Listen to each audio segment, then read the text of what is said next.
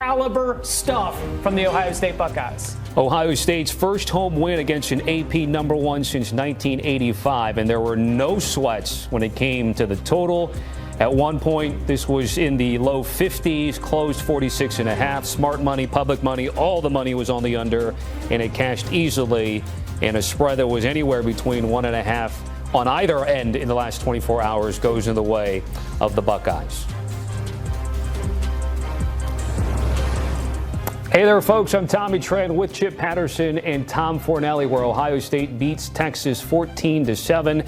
Chip, what stood out to you about this Buckeye victory today? It is the Ohio State defense. You know, the Silver Bullets, I thought they were a big part of Ohio State's championship run 1 year ago. They lose Jim Knowles. They lose not just players to the NFL, but real veteran leaders, Jack Sawyer, JTT, and many, many more. And yet, we look up and they say next man up. They really believe that they have been building out the kind of culture to be able to allow to be able to have all those players go to the NFL. And so Matt Patricia comes in. I thought he had a great game plan to be able to get Arch Manning flustered early. They must have recognized that they were going to have a big advantage at the line of scrimmage because they let that front four absolutely eat.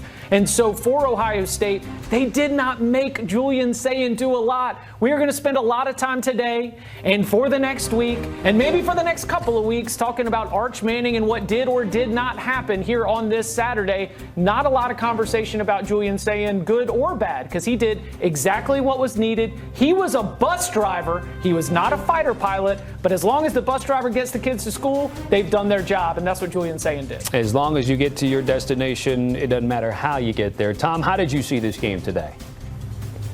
I mean, this was clearly a game where the defenses were further ahead than the offenses at this point in the season. As Chip mentioned, you know, we could talk about the players in this game. I think the MVP of this game was Ohio State defensive coordinator Matt Patricia, who was kind of flying under the radar. Obviously, the big news for Ohio State during the offseason was that their defensive coordinator from last season left to go become at Penn State.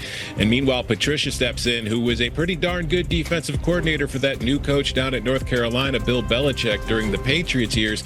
And I thought that this defense had a great plan for a young quarterback making his first road start.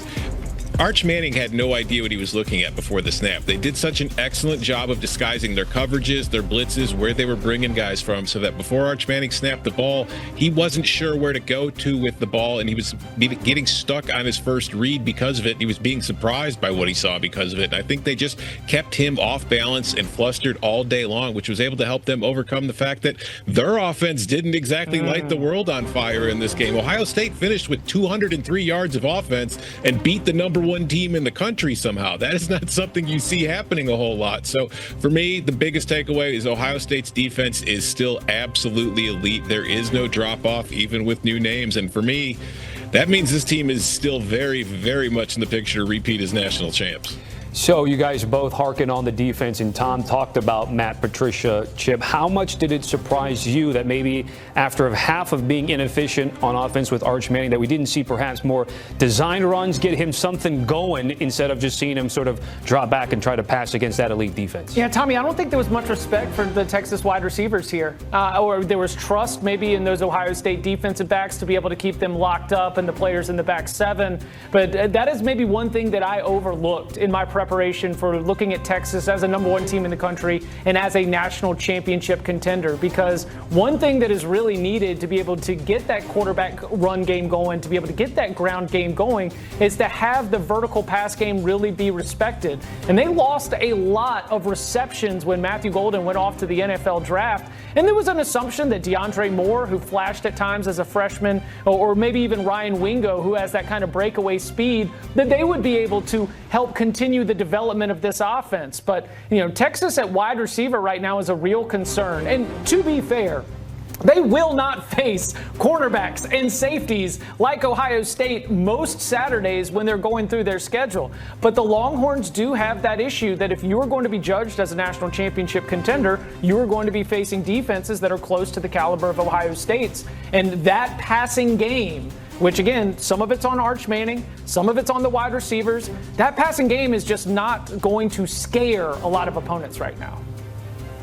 Yeah, like Arch Manning is going to wear a lot of the criticism for this game because of his name, because of the hype that was surrounding him all offseason coming into the year. But to be fair to Arch Manning, he didn't ask for any of the hype. He wasn't the one out here talking about how he was the chosen one and the next great quarterback. That was the media putting that on his shoulders. And frankly, in this game, while he didn't play well, as Chip was just mentioning, his wide receivers weren't getting open. He didn't really have anywhere to go with the ball. His offensive line, which features plenty of new starters and was inexperienced itself, was not doing a good job of blocking and giving him time in the pocket. Now, to Arch's detriment, he did take a little too long with some reads. He was late on throws. He missed some open targets. There is nobody on this Texas offense who, when you go back and watch the tape this weekend when they're back in Austin, is going to feel like they had a good performance. It just did not happen, but he's the one whose last name is Manning, so he's the one who's going to be wearing the criticism for it. And whether or not he wants it or not, he came in as the Heisman hopeful and favorite there, and then we saw his odds certainly fluctuate with how things work today. It'll be interesting to see Garrett Nussmeier, Cade Klubnik, how that game turns out, because they were next on the board at roughly 9-1 coming into this week. By the way, Texas had 11 straight road games under their pocket before this game, which was the longest active streak in FBS, and that has now, of course, been snapped. Again, just taking a look at this game, opportunities there, goal line efficiency or lack thereof, Chip, there is what we saw today at the shoe. Did they watch any tape of Ohio State last season? I mean, how many times did Ohio State come up with goal line stops and short yardage stops? That was something that I thought was very interesting. There wasn't just a little bit more creativity. I mean, I guess a couple of times they did break into a toss, but man, I just was a little bit disappointed. And some of that might have just been what Steve Sarkisian saw in terms of what Matt Patricia was preparing for. But the Buckeyes have made a habit in the last couple of years of being bigger and better and stronger. And when you're on the road, your offensive line, which as Tom mentioned, has a couple new starters, you really think they are going to be blowing off the ball perfectly? This is a really tough moment for that Texas team, which, by the way, speaking of trends, Ohio State trend last year, huge goal line short yardage stops. Texas last year, a trend of not being able to get it done in those goal line red zone short yardage situations. Steve Sarkisian on the Cover 3 podcast, I have mentioned his play calling, his game planning, his scripts often. But one thing that has followed him is that when the field is spread out, there's a lot of things that Sark can draw up in the dirt and be able to go out and have his boys go execute. When the field gets small, things get a little bit more difficult for his offenses, and I think that was something we saw again here today. Tom, what do you think Sark's going to be working on this week as the Longhorns prepare for San Jose State?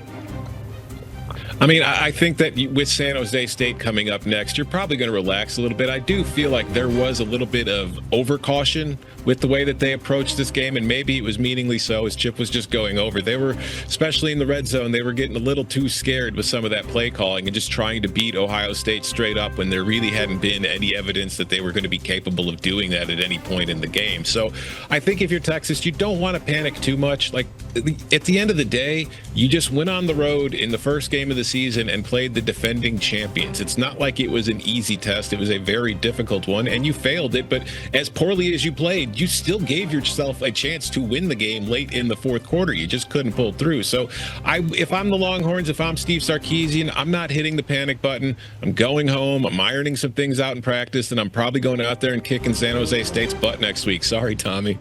Yes. Don't be. Yeah, San Jose State 2 touchdown favorites against Central Michigan and laid an egg at home. Fair enough. Let's get back to Julian Sain and the Buckeyes, and I'll get both of your guys' thoughts. By the way, one great note for him. First quarterback to beat an AP #1 team in his first career start since Jim Harbaugh in 1984. So the future continues to be bright. Again, to your guys' point about how the offenses and the quarterbacks are maybe held back a little bit, I want to get your thoughts on him and Jeremiah Smith. Jeremiah Smith perhaps having some issues changing gloves. And so what do we anticipate the relationship between them two will be as we get forward for Ohio State? They have Grambling State coming up in 1 week's time. Yeah, I think that, we saw an early drop for Jeremiah Smith. We saw an early drop for Max Clare. Things have things have settled down. The incredible catch by Carnell Tate, in my opinion, maybe a little bit of an underthrow, but Julian Sayin just really seems so much more comfortable. And again, going back to what are they asking you to do? What are you able to execute? 126 passing yards is not anything that's going to show up great when we sort all of the best performances here from week one. He's not going to be named the Big Ten quarterback of the week, but it was perfect for what he was able to do to establish that rapport, establish that confidence with the rest of this offense. One of the buzz topics we heard coming out of Ohio State's fall camp is how that offensive line could be a strength for this team. I thought they did a great job of protecting him and not having him feel flustered, not having him really have to deal with the kind of pressure that Arch Manning had to deal with, which is so impressive when you think that Colin Simmons, Anthony Hill, we've got multiple preseason All-Americans in the front seven for this Texas defense, and yet Julian Sayin was able to be in rhythm, in flow, deliver the ball on time. Again, bumpy start, yes, but once they settled down, I thought it was a very good job of Julian Sayin of being able to just stay within himself. Yeah, if not for those 3 drops, I mean, it's not like Julian Sayin's stat line becomes a lot better, but 16 of 20 for like roughly 160 yards certainly feels better than 13 of 20 for 126. But the one thing that really stood out to me from Sayin was just the way that the ball comes out of his hand. That kid was firing some lasers. Maybe that's why his guys were having trouble holding on to the ball. It was just being thrown a little too hard for him. Maybe they weren't used to it yet. But I think if you are Ohio State, you